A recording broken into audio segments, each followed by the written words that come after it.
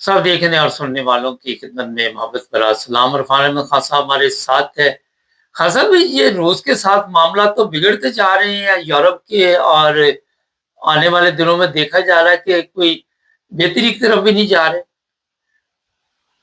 دیکھیں جو پچھلے دنوں میں صورتحال درپیش رہی ہے اور امریکہ کا جو رویہ دیکھنے میں آ رہا ہے، اس سے یورپی یونین کہہ لیں یا یورپ والے یہی سمجھ رہے ہیں کہ بھئی ان کو جنگ خود ہی اب روس والا معاملہ جو ہے نپٹنا پڑے گا۔ پہلے یہ بیک پہ کھڑے ہوئے تھے امریکہ کی، امریکہ فرنٹ لائن پہ تھا، لیکن نیٹو معاملات کے اندر جو کچھ امریکہ اور یورپ کے درمیان فاصلہ بڑا تھا وہ کم ہونے کی بجائے مزید بڑھ ہی رہا ہے۔ ایک دوسروں کی طرف سے بیان بازی اس قسم کی چل رہی ہے جس سے یہ پتہ لگتا ہے کہ اب جو لاسٹ G7 کی میٹنگ ہوئی ہے اور اس کے بعد پھر یہ یورپی یونین والے اکٹھے ہوئے ہیں خاص روس کے موضوع کے اوپر، تو اس میں بعض ایسے فیصلے ہوئے ہیں جس کی ایسی کوئی خاص تفصیل تو نہیں آئی تھی، لیکن اب یہ پتہ لگا ہے کہ بدھ والے دن جو ہے ٹاپ ملٹری شپ جو ہے یورپ کی وہ ہیڈ آف دی اسٹیٹس یہ سارے برلین کے اندر اکٹھے ہو رہے ہیں، اور اس کی بیان اس لیے باہر آیا ہے کہ بھئی یہ کہا گیا ہے کہ بھئی کیونکہ برطانیہ کے وزیر اعظم نے استعفیٰ دے دیا ہے اس لیے اس میٹنگ کے اوپر کوئی فرق نہیں پڑے گا۔ برطانیہ کے وزیر اعظم جو ہیں اپنے اسٹار میئر وہ ابھی تک وزیر اعظم ہے، وہ اس میٹنگ میں شامل ہوں گے اپنی ملٹری قیادت کے ساتھ۔ تو بہرحال یہ کوئی نہ کوئی ایسا لگتا ہے کہ کوئی ایسا بڑا فیصلہ کرنا چاہتے ہیں جو انڈیپینڈنٹ ہوگا، شاید اس سے امریکہ سے ہٹ کے یا کہنا چاہیے نیٹو سے ہٹ کے خود کوئی ایسی پالیسی اختیار کریں۔ اب یہ بدھ کے بعد ہی پتہ لگے گا کہ کیا ان کی پالیسی ہے اور یہ کیا چاہتے ہیں۔ ہاں صاحب، لیکن پچھلے دنوں روس نے کافی بڑے حملے کیے ہیں یوکرائن کے اندر بھی، لیکن جو تازہ اطلاع ہے کہ روس کے اپنے اندرونی حالات بھی خراب ہو رہے اس جنگ کی وجہ سے، اور کافی مشکلات کا شکار روس بھی ہو رہا ہے۔ تو جنگ جہاں بھی ہوگی، جتنی بھی پرولونگ ہوگی، اس کے نقصانات بھی ہوں گے اور اس کا عام شہریوں کو پر یقیناً اثر پڑے گا۔ تو خان صاحب اس پر پچھلے دنوں ایک بات چیت چلی تھی، آپ نے بتایا تھا، لیکن کوئی آگے نہیں بڑھی، کوئی صلح کی طرف نہیں جا رہے، یہ جنگ تو بند ہونے کا نام ہی نہیں لے رہی۔ اصل دو تین محاذ، خالی یہی محاذ نہیں ہے، دنیا میں دو تین محاذ ایسے کھل گئے ہیں جن کی طرف توجہ جو ہے وہ عالمی طاقتوں کی زیادہ ہو گئی تھی، اور جس سے روس والا یہ یوکرائن والا معاملہ جو ہے یہ سرد خانہ تو نہیں کہنا چاہیے، لیکن بہرحال اس میں وہ امپورٹنٹ نہیں رہی تھی، جو اس طرف توجہ نہیں دی جا رہی تھی۔ اب جب کہ ایران والا معاملہ حل ہو گیا تو ممکن ہے کہ دوبارہ اس مسئلے کی طرف بھی جو ہے وہ بڑی طاقتیں آئیں اور اس کو جو جس طرح یہ پرولونگ ہو گیا ہے اس کو ختم کرنے کی کوشش کی جائے۔ آپ دیکھ رہے ہیں کہ اس میں کوئی کامیابی ہوگی؟ اگر جس طرح ابھی آپ نے فرمایا کہ یورپی یونین کا اجلاس بھی ہو رہا ہے، تو وہاں پہ کوئی ایسے فیصلے کیے جائیں گے کہ جنگ رکوائی جائے؟ جیسے جو حالات دنیا میں اس طرف کے سب کا اگر آپ جائزہ لیں پورے پس منظر تو اس میں سب اس وقت جنگ سے سب پیچھے ہٹ رہے ہیں اور صلح کی طرف جا رہے ہیں کہ معاملات کو طے کیا جائے، یہ کنفلکٹ جو ہے یہ ختم کیا جائے۔ تو اس میں تو یہ اس کو دیکھیں حالات کو جس طرف دنیا جا رہی ہے کہ دنیا جو بیانات دے رہی ہے اس سے تو یہی لگتا ہے کہ شاید اس معاملے کی طرف معاملے کو سمیٹنے کی کوشش کی جائے گی۔ حضرت انگلینڈ کے وزیر اعظم کا استعفیٰ کل آپ نے بھی دیکھا، کیا دیکھتے اس میں دو چیزیں آئی ہیں، ایک تو وہ جو الیکشن پچھلے ہوئے بلدیاتی اس میں جو شکست ہوئی ہے، دوسرا یہ بھی بتایا جا رہا کہ جو غیر ملکی یہاں آ رہے ہیں غیر قانونی طور پہ، ان کو سنبھالنے میں بھی یہ ابھی تک گورنمنٹ فیل رہی ہے۔ آپ دیکھ رہے ہیں کہ آنے والی جو بھی وزیر اعظم ہو گئے ان چیزوں کو کنٹرول کر پائیں گے؟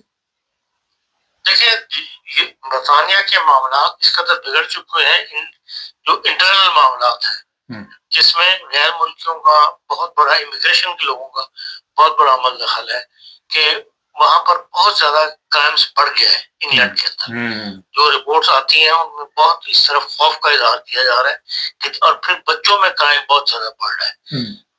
جو چھوٹے چھوٹے اسکولوں کے بچے ہیں وہ بھی کرائم کی طرف راغب ہو رہے ہیں.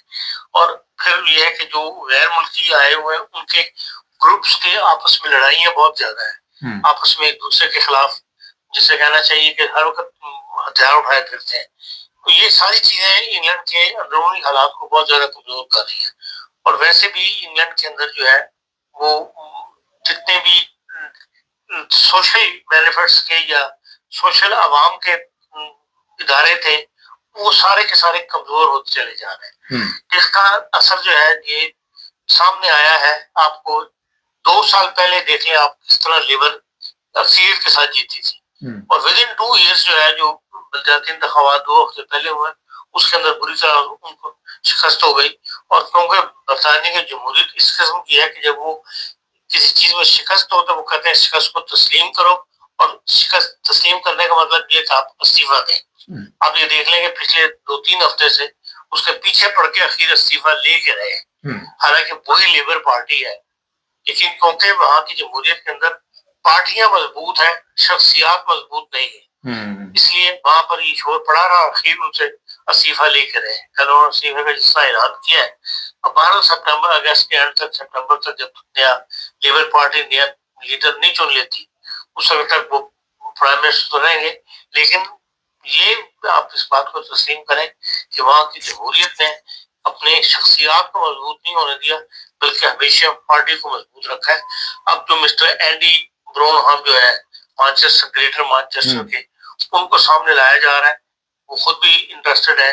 اب وہ ان معاملات کو کس طرح ہینڈل کریں گے یہ ایک بہت بڑا سوال ہے, کیونکہ دن بدن اندرونی حالات جو ہیں جس کے اندر کرائمز کا سب سے زیادہ مطلب جو اب تب سے آئی ہیں اخبارات کے اندر, برطانیہ کے اخبارات کے اندر مضامین آئے, اس میں یہی ہے کہ مین وجہ یہی ہے کہ بھئی کرائمز کے اوپر قابو نہیں پا سکے. برطانیہ میں کرائم جو ہے وہ دن بدن بڑھ رہا ہے. ہاں سر, تھوڑا سا چلتے ہیں جو مذاکرات یہاں پہ سوئٹزرلینڈ میں, کیا اس کے بارے میں تھوڑا سا اپڈیٹ بتا دیں ہمارے دیکھنے والے کو. اور ایرانی صدر دورہ کر رہے ہیں پاکستان کا, یہ بھی ذرا تھوڑی سی اگر تفصیل بتا دیں. ہاں وہ ایک یک رضا دورہ ہے. میں پھر وہ شکریہ ادا کرنا چاہتے ہیں پاکستان کا, کیونکہ آپ کو پتا ہے اندر سے حالت دونوں کی بدلی تھی. امریکہ بھی جنگ نہیں چاہتا تھا اور ایران بھی جنگ نہیں چاہتا تھا. ایران کا حالات اندر سے, ظاہر بات ہے کہ جب اس نے جو اقتصادی پابندی لگا دی تھی, وہ جو ابنائے ہرمز کو انہوں نے روکا تھا ایران نے, لیکن بعد میں محاصرہ کر لیا امریکہ نے, جس کی وجہ سے تمام ہر قسم کی تجارت جو تھی وہ بند ہو گئی تھی اور ایران کو سپلائی بند ہو گئی تھی. جو روزمرہ کے استعمال کی چیزیں وہ بہت زیادہ وہاں پر مطلب ناپید ہو گئی تھی, مل ہی نہیں تھی. تو اس وجہ سے یہ ہر ایران بھی ایک مشکل صورتحال سے دو چار تھا, اور وہ بھی چاہتا ہے کہ کوئی نہ کوئی ابھی ہمارے درمیان معاہدہ ہو جائے. بہرحال معاہدہ ہو گیا ہے, تو اس میں جن لوگوں نے, قطر نے یا پاکستان نے جو بات چیت کی ہے یا حصہ لیا ہے, وہ ایرانی صدر جو ہے لازم بات ہے کہ وہ کرو شکریہ ادا کرنا چاہتے ہیں. اور ایران کی جو پوزیشن تھی اس کو بحال رکھا, یہ بہت بڑی بات ہے. کیونکہ شروع میں ٹرمپ صاحب کا, امریکہ کا رویہ یہی تھا کہ ہر طرح سے اس کو دبا کے رکھو ایران کو, اور اس سے شکست تسلیم کرواؤ اور اپنی شرطیں منواؤ. لیکن جو بردباری جس طرح جو بھی اس میں انوالو تھے, ٹرمپ مطلب پاکستان کے جو بھی لوگ ملٹری لیڈرشپ کہہ لیں یا سول لیڈرشپ کہہ لیں یا قطر کے بھی جو بھی لوگ انوالو تھے, انہوں نے بہرحال ایران کی بات کا پاس رکھا ہے, اور ایران کی جو خواہش تھی اس کو مقدم جانتے ہوئے معاہدہ کروا دیا. تو بہرحال وہ ان کا حق وہ شکریہ, لازمی شکریہ ادا کرنا چاہتے ہیں. اس لیے وہ شاید پاکستان جو آ رہے ہیں, جو کہا جا رہا ہے ان جانے کا مقصد جو ہے شکریہ ادا کرنا ہے. باقی یہ ہے کہ وہاں کے معاہدے جو ہے وہ 4 مختلف فیلڈز کے اندر انہوں نے ایک روڈ میپ بنا لیا ہے, جن کے اوپر جو ہے بات چیت کر کے اس کے ایک تو ایٹمن کی یا فضلہ وغیرہ ہے اس سے متعلق ہے, دوسرا تیل کی سپلائی سے متعلق ہے. امریکہ نے فوری طور پر 60 دن کے لیے تیل پر سے ہر قسم کی پابندی اٹھا لی ہے. ایران جس کو چاہے مرضی 60 دن وہ تیل بیچ سکتا ہے, لوگ آرڈر بک کر سکتے ہیں جو بھی ایران سے تیل خریدنا چاہتے ہیں. اسی طرح ایک کمیٹی جو ہے وہ کام کرے گی جو ایران پر پابندیاں لگی ہوئی ہیں وہ پابندیاں جو ہے وہ ختم کی جائیں. ان کی بتدریج کس طرح ختم کرنا ہے کیا ہے اس کے جو اثاثے ضبط ہوئے ہیں وہ سب اس وقت ریلیز ہونے کے لیے کمیٹیاں کام شروع کر دیں گی جس پر دونوں کا اتفاق ہے. اور یہی مطلب ایران چاہتا تھا اور اسی کے بعد جو ہے اس لحاظ سے جو سوئٹزرلینڈ میں معاہدہ ہوا ہے اس کے مثبت اثرات نظر آنے شروع ہو گئے. صرف اس میں ایک معاملہ لبنان کا ہے کہ لبنان کے اس میں بھی امریکہ نے کہا ہے کہ وہ اسرائیل کے لیے پریشرائز کرے گا کہ وہ لبنان کے اندر جنگ بندی کی خیال کرے. اور یہ بھی اشارہ دیا اگر ان کو اس سال اسرائیل میں الیکشن ہونے ہیں تو موجودہ وزیر اعظم اسرائیل کے لیے بہتر یہی ہے کہ وہ امریکہ کی باقی یا اس معاہدے کو پروان چڑھنے دیں یا اس معاہدے کو کمپلیٹ ہونے دیں اور بیچ میں رکاوٹ نہ کھڑی کریں. تو اس کا مطلب یہی ہے لیا جا رہا ہے کہ بھائی اگر نہیں کرے گا تو ہو سکتا ہے کہ بھائی امریکن پالیسی کے تحت جو اس سال الیکشن ہونے ہیں اسرائیل میں اس میں پھر کوئی نئی حکومت جو ہے وہ وجود میں آ جائے. امکان ظاہر کیا جا رہا ہے. حضرت اسرائیل نے لبنان کے جو علاقے اس کے قبضے میں وہ کہتا میں خالی نہیں کروں گا وہ تو وہ اسی بات پہ اڑا ہوا. لیکن اس 60 دن کے معاہدے میں یہ بات شامل ہے کہ لبنان کا بھی کوئی نہ کوئی مطلب فیصلہ کیا جائے گا. تو جو قبضے کیے گئے ہیں اس کو سب تسلیم کرتے ہیں. دنیا بھی تسلیم کرتی ہے امریکہ بھی تسلیم کرتا ہے کہ یہ قبضہ کیا گیا ہے تو اس کو خالی کروانے کے لیے بعد کوئی نہ کوئی اسٹیپ جو ہے وہ اٹھائے جائیں گے. لیکن ہو سکتا ہے کہ یہ معاملات جو ہے بعد میں اینڈ پہ جا کے حل ہوں. جو شروع میں ایسے اقتصادی معاملات ہیں جس سے معیشت جڑی ہوئی ہے ایران کی اور دنیا کی ان معاملات کو پہلے حل کیا جائے. حضرت پاکستانی میڈیا ویسے تو آپ ان کی باتوں کو سیریس نہیں لیتے لینا بھی نہ چاہیے. وہ تو کہہ رہے بس آپ ایران کے صدر آ رہے ہیں تو یہاں پہ پیٹرول اور ڈیزل کے پائپ بک جائیں گے اور وہاں سے ڈائریکٹ ڈیزل پیٹرول آنا شروع ہو جائے گا. دیکھیے یہ خواہشات ہیں. اس پر بھی آج ایک مضمون آیا ہوا ہے کہ پاکستان کے اندر ایران سے بہت زیادہ ڈیزل جو ہے وہ پرائیویٹ لوگ جو فروخت کرتے ہیں وہ بہت سستا ہے اس نسبت سے جس نسبت سے اس وقت ڈیزل انٹرنیشنل مارکیٹ کے اندر بک رہا ہے. لیکن خیال یہی ہے کہ جب حالات درست ہو جائیں گے اور ایران کے پابندی ہٹ جائے گی تو پھر ان تمام یہ کاروبار جو لوگ کرتے ہیں پرائیویٹ ڈیزل یا پیٹرول لانے کا ایران سے ان کو دھچکا لگے گا اور جو سیدھا راستہ ہے اسی سے پاکستان کو سستا پیٹرول ملنا شروع ہو جائے گا. عوام کو فائدہ پہنچے گا یا صرف ان لوگوں کو پہنچے گا جن کے اوپر 50% خرچ ہوتا ہے بجٹ کا؟ کچھ نہ کچھ تمہارا فائدہ پہنچے گا. لیکن یہ ہے کہ پاکستان کا سسٹم ایسا ہے کہ بھائی آپ جو جس لائن میں سیاستدانوں کا انٹرسٹ زیادہ ہو وہاں پر وہ اپنا زیادہ ڈھونڈتے ہیں اپنا فائدہ. تو کچھ نہ کچھ تو بہرحال اینڈ تک بھی پہنچ جاتا ہے. لیکن مین فائدہ جو ہے وہ آپ یہ کہہ سکتے ہیں کہ عوام کو نہیں پہنچتا بلکہ سیاستدان کو پہنچتا ہے. کل ہی ایک بہت بڑا آرٹیکل چھایا ہوا ہے کہ تمام جو یہ اس کی سرزمین ہے آپ کی جنوبی پنجاب کی جہاں پہ کہ روئی پیدا ہوتی تھی پاکستان کے اندر انہوں نے بتایا کہ وہاں پر انہیں علاقوں کے اندر انہوں نے شوگر ملیں لگانا کہ اور ساری شوگر ملیں ان سیاستدانوں کی ہیں. اس سرزمین کے اندر جو ہے وہ روئی پیدا کرنی بند کر دی اور پاکستان کے اندر انسان اگر 65 لاکھ گانٹ کہتے ہیں پیدا کرنے کی وہ تھی انڈیا دیا تھا پنجاب حکومت نے کہ ہم یہاں 65 لاکھ گانٹ جن کا سسٹم ہے پیدا ہوگی تو اس سے بھی 7 لاکھ گانٹ جو ہے وہ کم پیدا ہوگی اور پاکستان کو روئی جو ہے امپورٹ کرنی پڑے گی.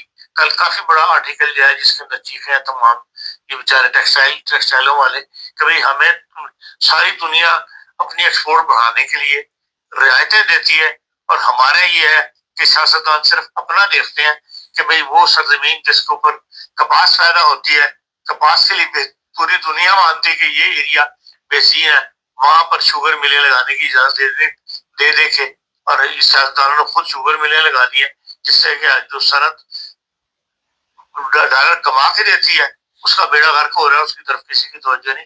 اس لیے ہمارا کلچر ہی ایسا ہے کہ چاہے پیٹرول ہو چاہے جو ہر وہ کام جس سے کچھ نہ کچھ سیاستدانوں کو فائدہ پہنچے وہ کام جلدی ہو جاتے ہیں اور اس کے نتیجے میں اینڈ میں جا کے کچھ نہ کچھ جو ہے وہ غریب لوگوں کو بھی مل جاتا ہے. اسی طرح اگر کوئی پیٹرول وغیرہ کی قیمت کم ہوتی ہے تو کچھ نہ کچھ غریبوں کو مل جائے گا, لیکن ایسا وہی کمائیں گے جو ان کے ڈیلر ہیں, جو ان کو امپورٹ کریں گے.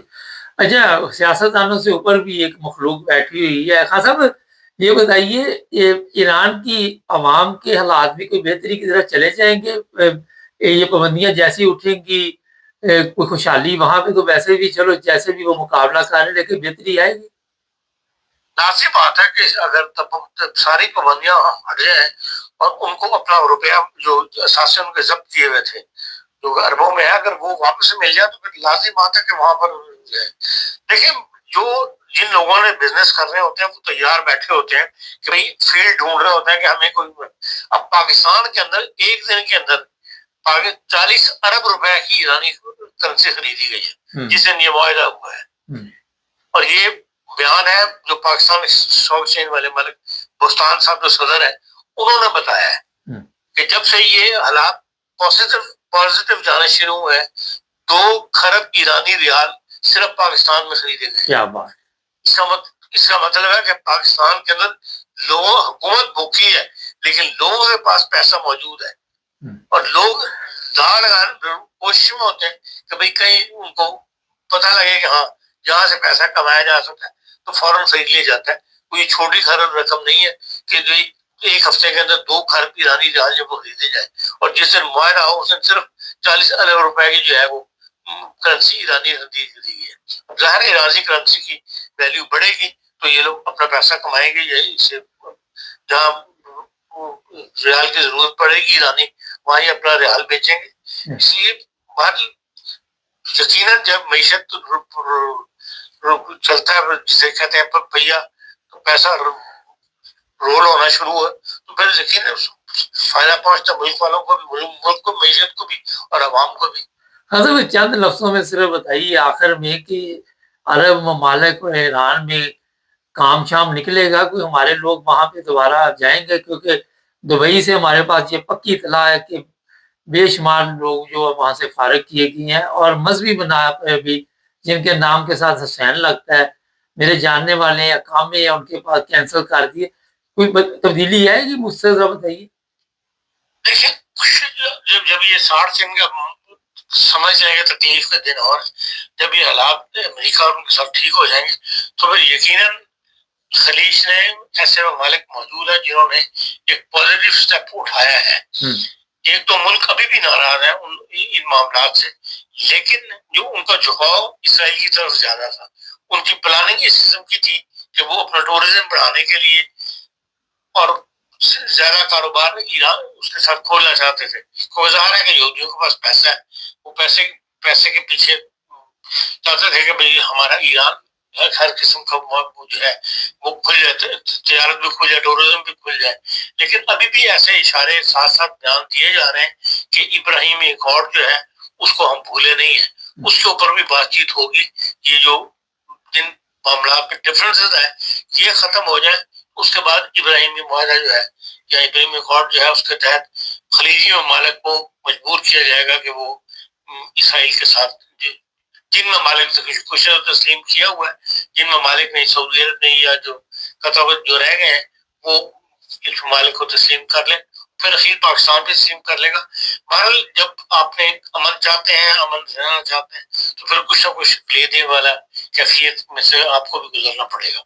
تو اس لیے خلیج کے ساتھ بھی پاکستان کے تعلقات وقت لگے گا, اتنا لمبا وقت شاید نہ لگے, لیکن یہ ہے کہ اگلے 3-4 مہینے میں حالات جو ہے وہ درست ہو جائیں گے. بہت شکریہ خان صاحب. مطلب خلیج ممالک کے ساتھ. جی بہت شکریہ. باقی بات ہے ایک عام بات جو آپ کو آپ کے جرمنی میں بہت زیادہ وہ ہے کہ جرمنی میں 1 جولائی سے تمام جتنے بھی کسٹم جو نان یورپین ملک سے کوریئر آتی ہے اس کے اوپر 3 یورو جو ہے کسٹم ڈیوٹی لگا دی گئی ہے. یہ آپ کو پتا ہے کہ پچھلے 2024 کے اندر جب سے یہ امیزون کی پرائسز میں فرق ہے, جو نان یورپین کنٹریز ہے وہاں پہ چیزیں بہت سستی ہیں, لوگ ان کو چیزیں منگواتے تھے. اور ایک سروے کے مطابق ان کو جو